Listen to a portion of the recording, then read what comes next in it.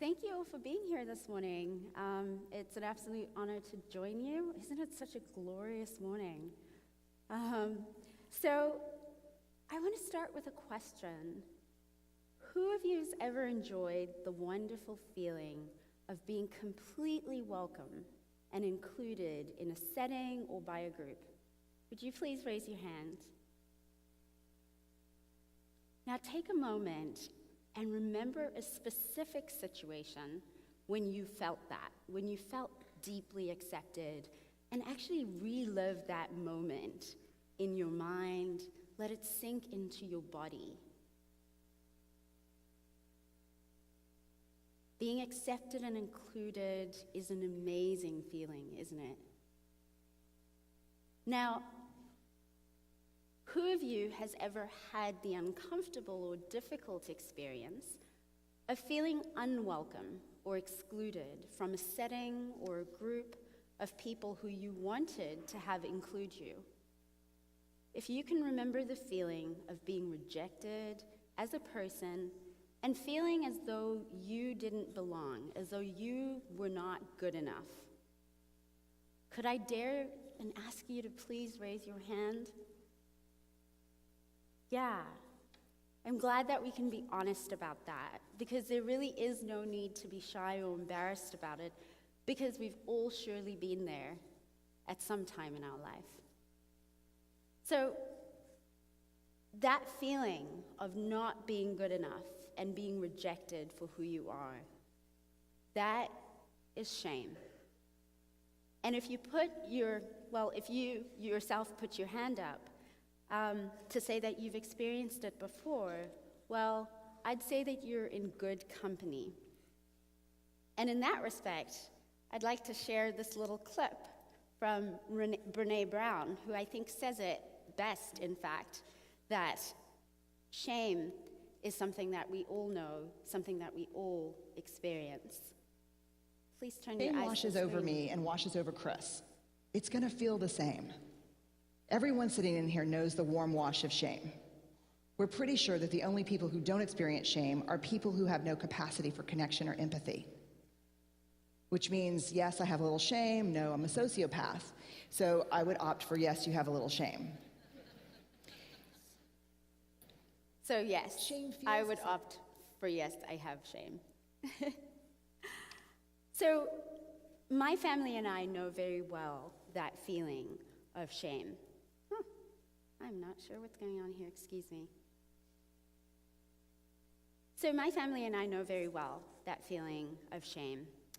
My father was born to sharecroppers,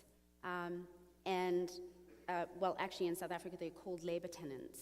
And he himself didn't actually get to finish school because they didn't have enough money, obviously, being on a farm, being sharecroppers, being labor tenants. And so he didn't get to become the lawyer that he dreamed of becoming. My mother, similarly, hadn't finished high school. She didn't get to because she'd studied in the 1970s under the inferior education system called Bantu education, which was reserved exclusively for black people. And she only got to finish school at all because her brother, who was 2 years older than her, had not gotten to finish school. Instead, he'd had to work in order to sustain their family. So she, having finished school, then worked her way through nursing school in order to, as she says, become something. Of course, the shameful insinuation in that is that, other than that, she was nothing. I grew up in Johannesburg, which I would like to show you in a moment, if I can. I grew up in Johannesburg, specifically in Soweto, which is short for Southwestern Townships. Townships are what you Americans would know as ghettos. And under the Group Areas Act of 1950, which outlawed residential integration, they were the only places where black people were allowed to live under apartheid. So for me, Soweto was home. I was the last born of my siblings, and I was born 8 years after my immediate older sister. My parents had therefore pinned their last hopes on my getting an education that would empower me and get me to par with my white peers. My father harbored the hope that, unlike himself and everyone before him and his family, I would go to Oxford University someday. As my mother herself likes to put it, when it came to advancing her goal of giving me more opportunities than she had ever had herself, she would piece together the little knowledge and little English that she had and use them to negotiate my entry into places where I would acquire more than she possessed. By the time I was 7, she had succeeded, such that I was one of the lucky ones. I went to what was referred to colloquially in those days as a white school. It was a private school located in the northern suburbs, as such schools in Johannesburg more or less all were in those days. It was over an hour's drive from my township home. I recall the sometimes overwhelming sense of how great the chasm to be traversed in the regular trips from the township streets to my suburban school.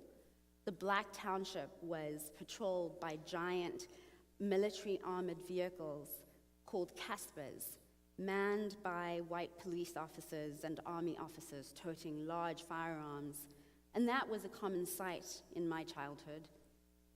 The white suburbs, on the other hand, with their tree-lined streets, large houses, and shopping malls, seemed to me an oasis. No matter what the apartheid propaganda taught to children like me, my parents never ceased to tell me that the white children I went to school with were no better than I was. And they were terribly proud when I received top grades in my school, at which I was one of a handful of children of color. I think their perhaps exaggerated sense of pride was because somewhere inside themselves they hadn't believed what they had told me, and they in fact carried the shame of being inadequate. No matter what they said, maybe after 3 to 4 decades under apartheid, somewhere deep inside themselves they believed that white people were superior to black people, and each time I excelled, I helped prove that their hope that it was not so was not misplaced. My very first day visiting a multiracial nursery school after a year in a township school stands out in my mind. I could scarcely pronounce the English vowels as my mother tried to help me sound them out while she drove me to an aptitude test that would determine whether I would be accepted or not. A, E, I, O, U, she would say. A, E, O, U, I would enunciate in my helpless attempt to repeat after her. I can only imagine how nervous she must have been that I would fail the qualifying test and be rejected, even as at the same time she feared that I would be accepted and be led into a future that would make me thoroughly different from her. Indeed, my life has taken me down a very different path and brought me to a different destination from the rest of my family. And believe it or not, for me, that has been a source of shame. I've carried shame concerning the fact that I got out, that I did not pay the heavy price for freedom that others had to pay by not having the kinds of opportunities I've had to advance my own development and future. Of course, it would not be true to say that I paid absolutely no price. For instance, whereas most people have a strong sense of who they are, I find that who I am is quite fragmented and alien in every group to which I am connected. This is another source of shame, especially when one is a young person trying to make sense of the world and who she is to be in it.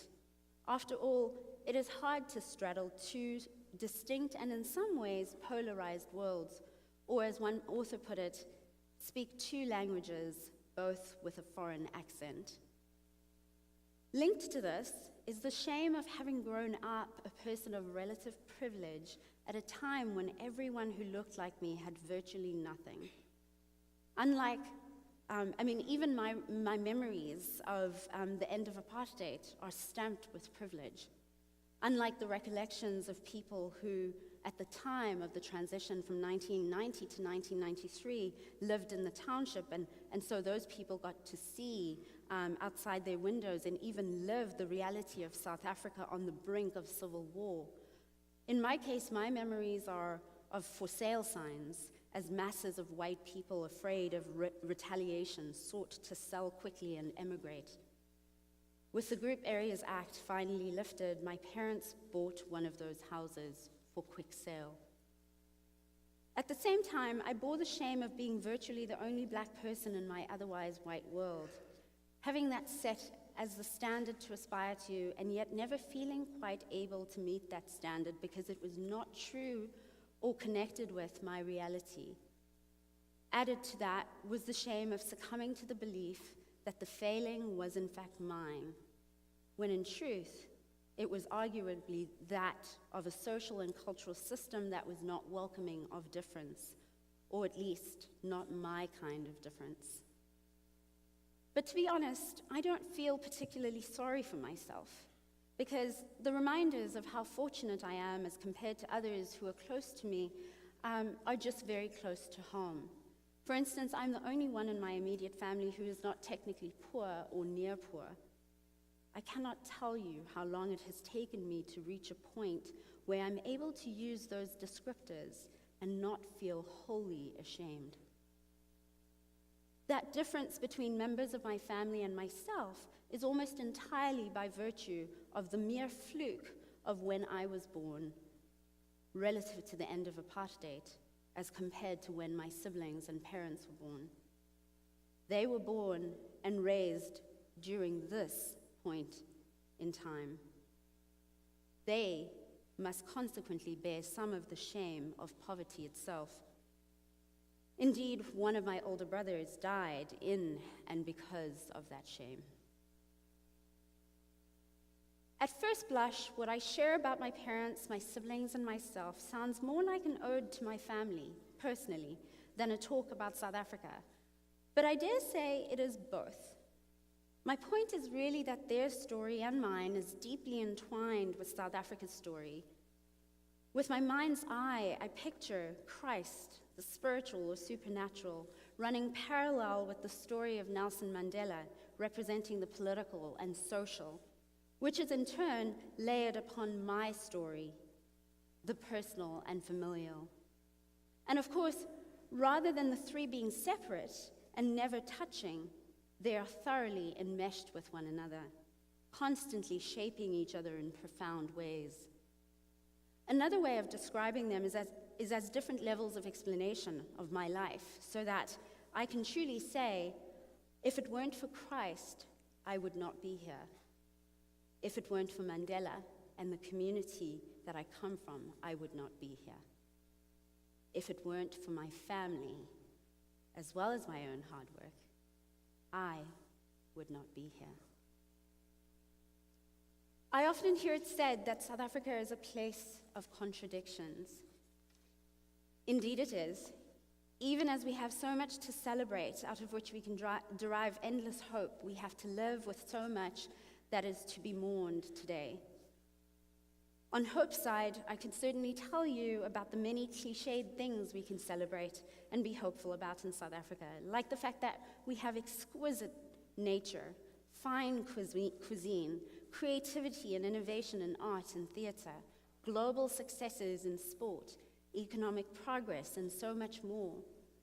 South African airports, hotels, road networks, wine tourism, tourist cities, biodiversity, worldwide sporting achievements, all rank generally in the top 3 globally. I could cover the fact that the quality of South African tap water is ranked ahead of the USA's and is reportedly the 3rd best in the world. That the 2014-15 Global Competitive Report ranks the South African stock market as the best in the world. That South Africa's debt to GDP ratio is twice as good as that of the USA's, better even than the World Bank's recommended 60%. That South Africa is ranked 2nd out of 183 countries for good practice in protecting both borrowers and lenders when obtaining credit for business. The list goes on. There are plenty of things to celebrate in South Africa. But I won't tell you about those things because you can mostly find out those kinds of things by a mere news search. I would rather share the more human and personal experience of the lamentation and hope that marks South Africa and give you the view from the ground, as it were. We also have plenty to mourn, of course, as a country. So on Lamentation's side, I could recount the steady breakdown of accountability and altruism in the political party that brought us out of oppression and into democracy. I could tell you about rampant crime and widespread gender-based violence. I could tell you about the HIV/AIDS epidemic that we're still battling, entrenched rates of unemployment, poverty, and inequality. That list also goes on. But again, a simple news search could yield that information, so instead, I'm going to tell you about the human cost and social implications of many of these common South African challenges. I imagine it's not difficult to see how shame would be at the center of, or engulf those who have fallen victim to many of these troubles. Let me start with lamentation. As those of you who heard me speak yesterday already know, I would argue that many of the problems facing South Africa are closely linked to the centuries of oppression and division that the country has gone through. It turns out that just 2 decades isn't enough time in which to overcome 3 centuries of persistent harm. To give you a better sense of what centuries of the use of Christianity to oppress the majority of South Africans has meant practically, consider a statement made by a Black woman I was interviewing for my research on indigenous legal systems in South Africa. And she made it in passing when I asked her why she thought there was so much material want and need in her community. She responded, "After all, we are the sons of Ham. What can you really expect from a Black person?" That is shame. Taught and imposed shame. I don't know if hearing the woman's words feels like as much of a gut punch to you as it does to me. It is part of why some have walked away from their faith, a faith the caricature of which has been used to sow humiliation and indignity. Indeed, when I hear things like that lady's words, I want to tear my clothes and don sackcloth and ashes like the people of Israel would do in the Old Testament. I want to lament. I am the man who has seen affliction. My soul is bereft of peace. I have forgotten what happiness is. So I say, my endurance has perished, so has my hope from the Lord. Remember my affliction and my wanderings. My soul continually remembers it and is bowed down within me. Perhaps some of you don't know the biblical reference this lady was making. It's from Genesis 9, where we are told that Ham, the father of Canaan, saw his father's nakedness and told his 2 brothers outside. But Shem and Japheth took a garment and laid it across their shoulders. Then they walked in backward and covered their father's nakedness. Their faces were turned the other way so that they would not see their father's nakedness. The author in Genesis continues to tell us that Ham was cursed by Noah for what he had done in not honoring his father. The passage is riddled with shame, particularly because the Dutch Reformed Church, the official church of the apartheid government, widely used it to teach that Black people were descendants of the darker-skinned Ham and therefore rightly slaves, ever to serve the descendants of the other fairer-skinned brothers. This was its justification for declaring Black people the predestined underclass of society. I'm sure this sounds familiar to those of you who are acquainted with the justifications for slavery in the West. This view became so widespread in South Africa that it is not confined to remote rural villages where I typically do my research. It permeates the way many South Africans see each other and themselves.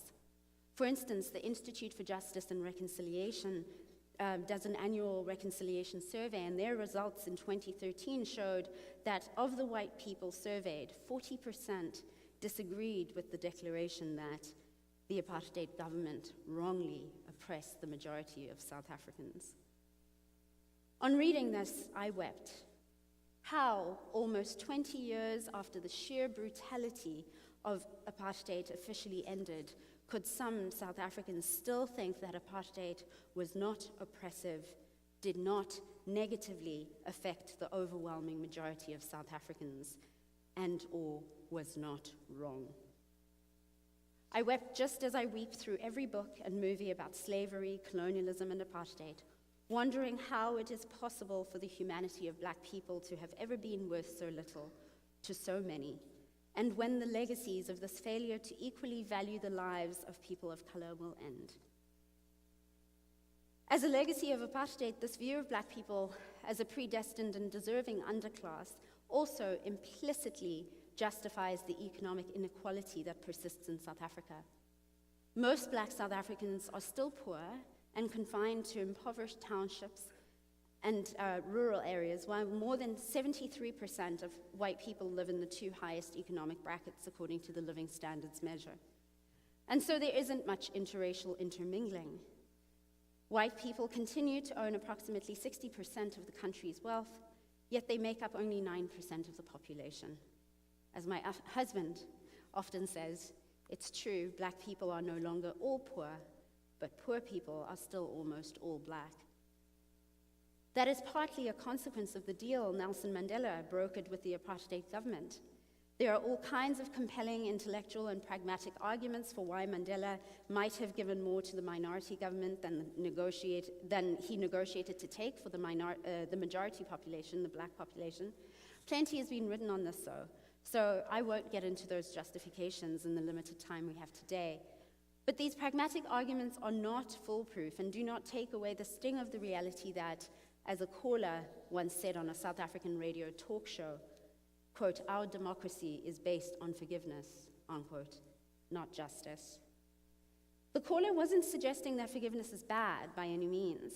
What he was referring to was the fact that transitional justice is premised on the three pillars of truth, justice, and reconciliation.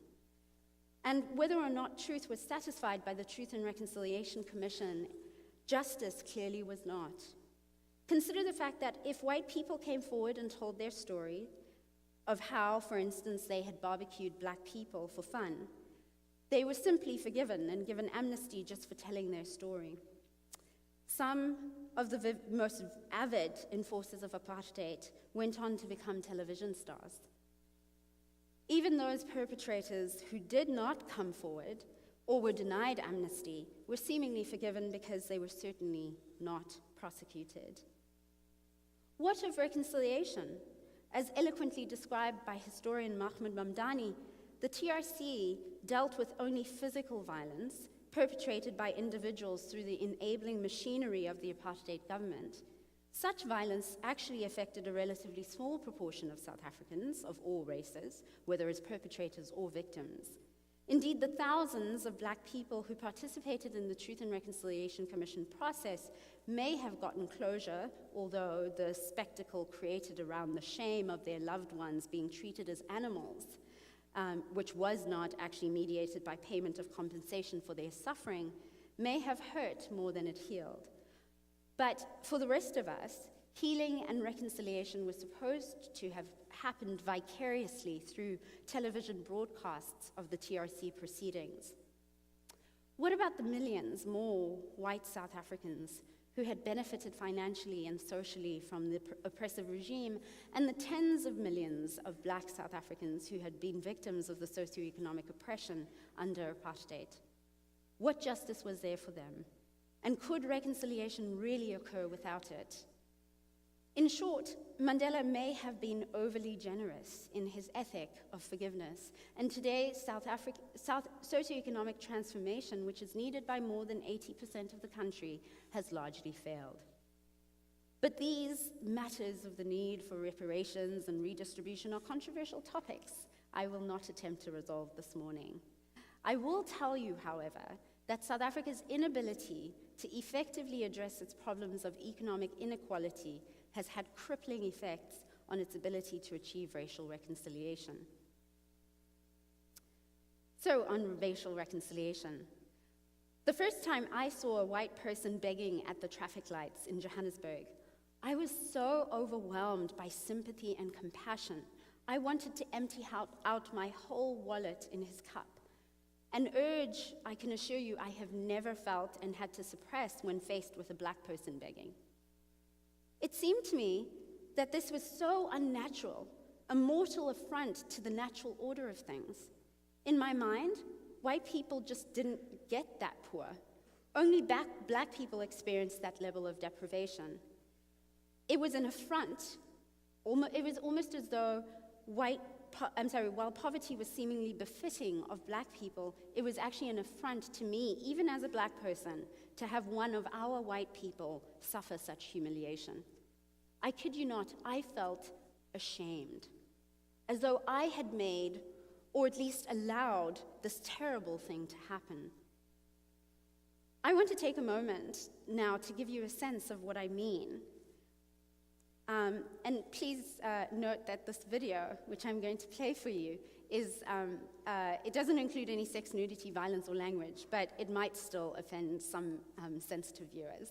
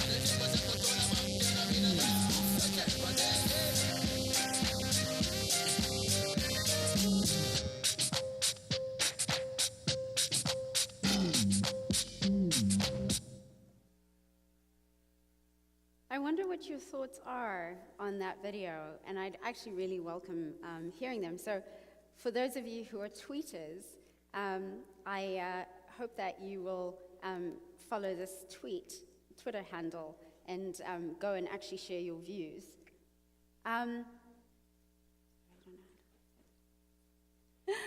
Okay, so the Twitter handle is GCSABC1ad. So I actually would love to hear your reactions. I would encourage you to go and read your colleagues' reactions, in fact. But for now, I'll tell you my thoughts. When I first saw it, I couldn't move. I stood there for minutes afterwards, jaw on the floor, unsure what I had just seen and how I should react to it. Slowly, the realization dawned that the reason why I was at some level mortally offended by this representation of South Africa was the same as that for the offense I'd taken at seeing the white man panhandling at the traffic lights a year or so earlier.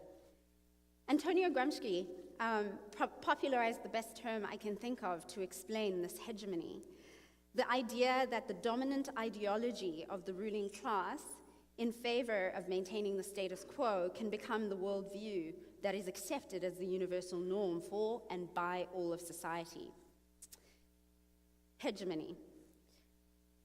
But Paul Tyson uses the more easily intelligible term cultural wallpaper. The idea of white people as superior and thus entitled to material security and dignity as opposed to black people who are seen as rightly inferior and well-suited to material deprivation and the indignity that comes with that is hegemonic in South Africa. Conscious or not, it defines our shared view of the social world and strikes all of us as befitting, the right way for things to be. I put it to you that poverty and deprivation are inherently shameful. And by that I don't mean that poor people ought to be ashamed because they are poor, as though it is inherently and necessarily their fault that they are poor. Rather, I mean that the condition and experience of poverty makes one feel ashamed, even when it is not strictly or even predominantly the poor person's fault that they are poor. Father of rational choice theory, Adam Smith, defined necessities as those things that allow and enable people to choose other things that any person would reasonably desire. He noted that these necessities could be identified by their effects on the freedom to live non-impoverished lives, such as the ability to appear in public without shame. In South Africa, poverty is black, and that means that the public shame that accompanies it is also, that public shame is black also. It is because of the hegemony or cultural wallpaper in South Africa that holds to the idea that the shame of poverty belongs to black people that the advert I showed you only lasted 2 weeks on the airwaves before several complaints filed with the Broadcasting Complaints Commission that it perpetrated reverse racism and incited hatred against white people caused it to be pulled. You see, it is literally unimaginable that white South Africans could inhabit the world that black people do, all the stereotypes they do and experience all the judgments and the treatment they receive. Therefore, to suggest that society briefly imagined that is to cast the otherwise socially invisible shame carried by black South Africans onto their white counterparts. And who wouldn't object to that? Put differently, it is an insult for white South Africans to be portrayed as living in townships where black people are the voyeurs into their demeaning existence.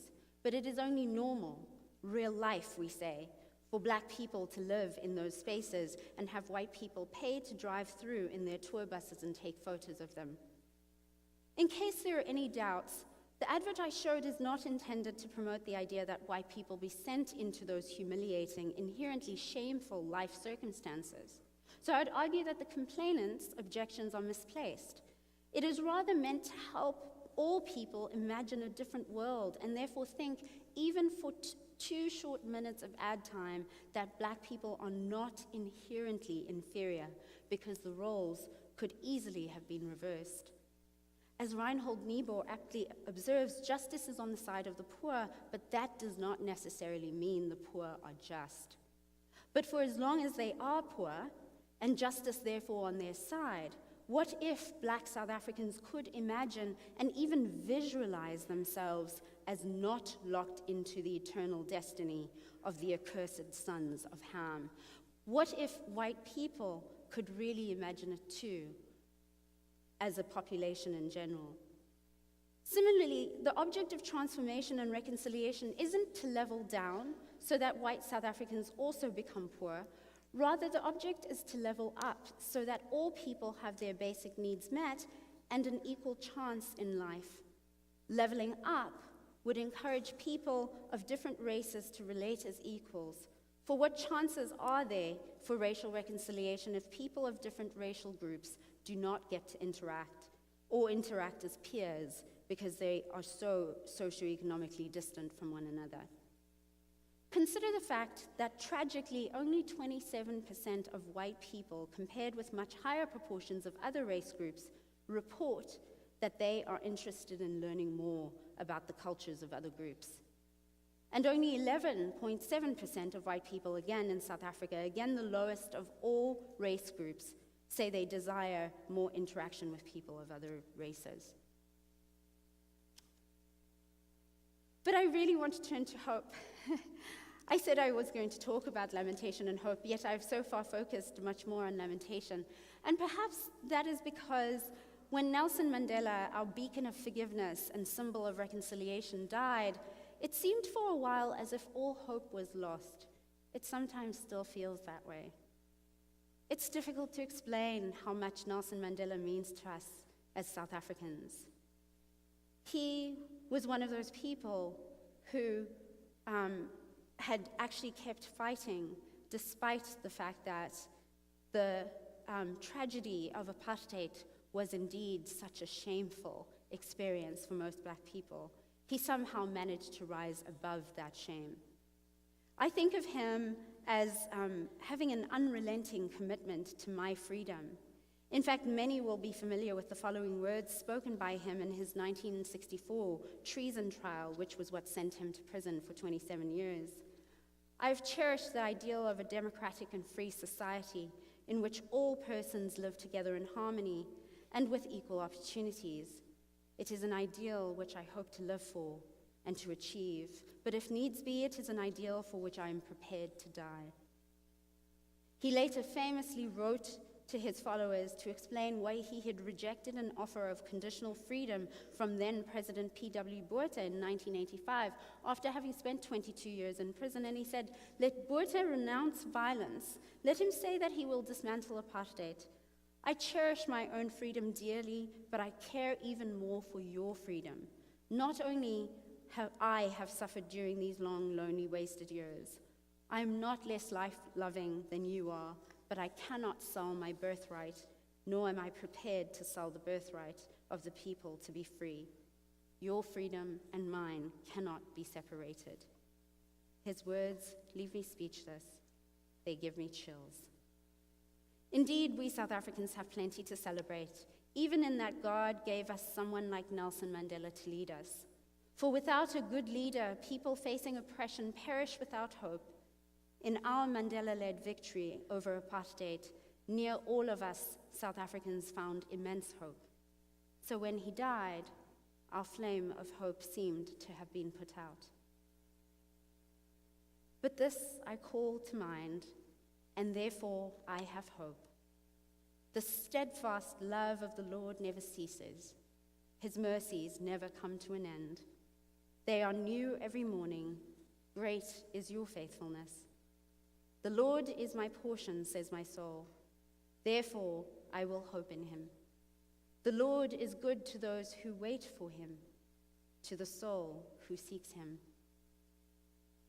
So what hope is there for South Africa today? My answer is ultimately Christ.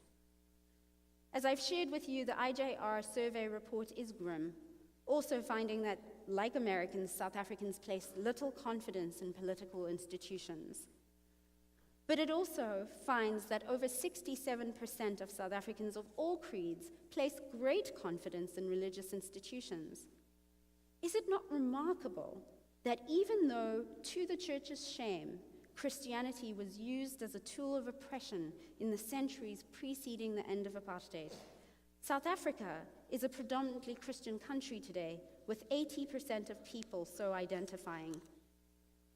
I'm sure I needn't tell you that the church is made up of fallible people, fallible human beings, and apartheid is sometimes as rife inside the church as it is outside it, if not more so. Even as recently as this year, I'm afraid, a Christian school in South Africa was found educating black and white kindergartners separately on the premise that the school tried to put the children with their friends, who were all of the same culture as them, and more honestly, that the white parents wanted the school not to enroll so many blacks. And unfortunately, the adage still holds true in South Africa, as in the US, that, as Reverend Dr. Martin Luther King Jr. said in 1963, it is appalling that the most segregated hour of Christian America is 11 o'clock on Sunday morning. Yet despite all this, I think Reverend Tim Keller must be right that though Christians can and often do act contrary to the ways of Christ, Christianity has the tools within it to self-correct.